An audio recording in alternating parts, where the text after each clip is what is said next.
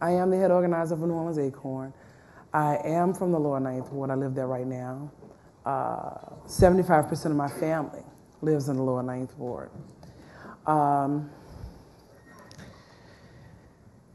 And it became a very critical piece of ACORN's post-Katrina work in New Orleans.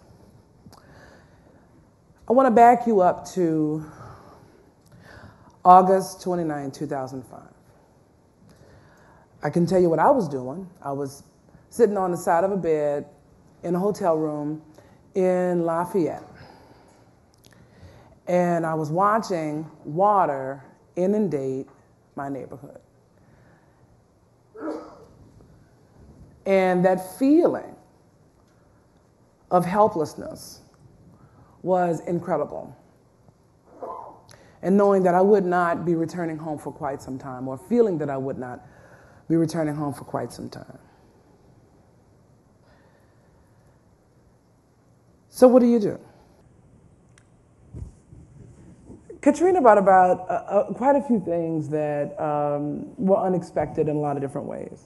Obviously, there was the images that we all understand. I didn't bring those images with me today. The images that we've seen on television, that we have witnessed time and time again, of the Superdome and the Convention Center, the flooding, the devastation, in some instances the bodies, and the wrath of the levees opening up on our city. But it brought about some changes in terms of people's waking up, sort of waking up the sleeping giants that lay in each of these communities. ACORN has been organizing in New Orleans since 1976. Before Katrina, we had 9,000 member families in the city of New Orleans. The Lower Ninth Ward hosted about 1,000 members, 1,000 member families, because if you're a member, your family's a member of ACORN. It's a household thing. And I think that our members understood that they understood organizing, they understood what needed to happen, they understood pushing the buttons of government in order to get the results they desired. They understood winning in a lot of cases. We were instrumental in a lot of different things in New Orleans before the storm, and our members were active. I think that there were some sweeping changes that probably need to happen in the city of New Orleans in terms of involvement and engagement of more of our residents. That's the only sweeping changes I'm talking about. Because once the storm hit, I think that most of our members got the sense that there was something that there was an attempt to ethnically cleanse the city of New Orleans. And I don't think anybody who is of a progressive mind, who is of an open mind, who actually has two brain cells to rub together, couldn't have seen that that was actually the plan. In the beginning stages of the storm, we heard comments from Jim Reese, who is a part of, in the Wall Street Journal, for God's sakes, who is a part of the business community in the city of New Orleans, say that, you know, old money is going to pull out of New Orleans if it doesn't change post-Katrina. We heard Alphonse Jackson say that HUD would not be making the type of investment in the city of New Orleans post-Katrina as it did before. We heard what they were saying. Our members understood what they were saying, and reading between the lines and understanding what was about to happen. The mayor of New Orleans got together the Bring New Orleans Back Commission, and that commission said that certain neighborhoods, shrinking the footprint of the city of New Orleans would be the best idea. And that certain neighborhoods could not come back because they were so dangerous to come back to. And that in itself sort of, I guess, was it sounded the horn for a lot of our folks to say, something is afoot. This doesn't make any sense.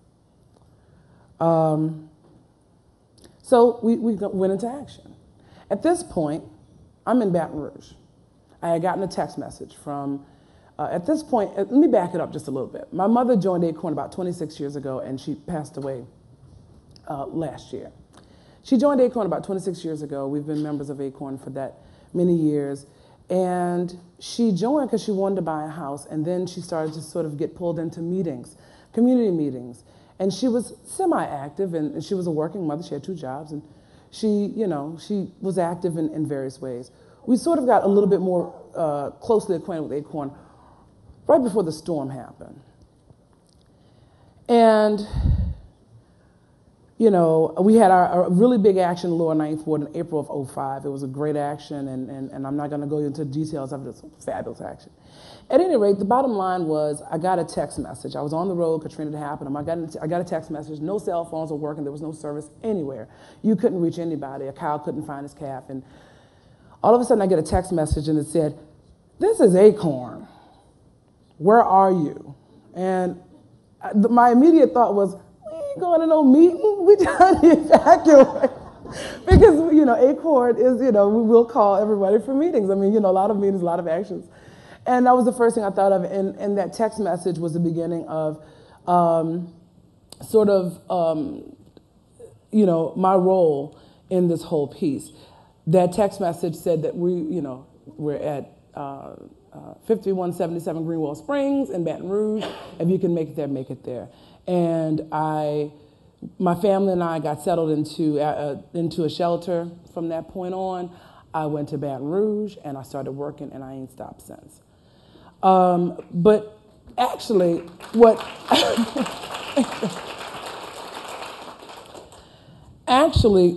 it sort of started in Baton Rouge and what we call the bunker. When I walked into the ACORN office, I found Steve Bradbury, who's the former head organizer of New Orleans ACORN and works with ACORN National now as a campaign coordinator, and Marie Hurt, who is now the statewide director, she's the head organizer of the state of Louisiana. And I found a lot of other senior staff and members in that office trying desperately to find people. And we sat down and started to go to work. Baton Rouge holds a strange place in my heart. I love it and hate it at the same time because I had to be there and didn't want to be there. But while we were there, I think that it was a critical point for us to sort of strategize what we were going to do. So fast forwarding, and also in Baton Rouge, I found myself, if you can believe this one, because our family had moved into a shelter a little bit closer to New Orleans, I found myself working in Baton Rouge and living with the father of ACORN, Wade Rathke. Now, that was a strange set of circumstances if I've ever seen one. But I think that we all sort of came together. It was the ACORN crew coming together, sort of basically beginning what we would actually, forming the strategies for moving forward and how to make things happen, how to make things shake with the knowledge that we had. Now, fast forward back to the Bring Back New Orleans Commission and shrinking the footprint of New Orleans and what would happen and which neighborhoods would be shrunk and which neighborhoods would be eliminated. Those neighborhoods were New Orleans East, Gentilly, and the Lower Ninth Ward. These 3 actually, and Broadmoor was included in that as well. But the 3 neighborhoods, Gentilly, New Orleans East, and the Lower Ninth Ward, all had 3 very similar components. They were different, but they were the same in some ways. The New Orleans East area is middle-class black neighborhood homeowners, high population of homeowners. Gentilly, an old black subdivision in the city of New Orleans, lots of homeowners. Lower Ninth Ward, working class neighborhood, 70% home ownership. And that's what gives a lot of, I think most people don't understand, I think the drive to go back there and what drove a lot of people. My personal drive in order to get back to the Lower Ninth Ward was about the fact that that was a neighborhood that I don't think you could replicate that anywhere. I think that it's not a very common thing around this country to have working class homeowners in those numbers.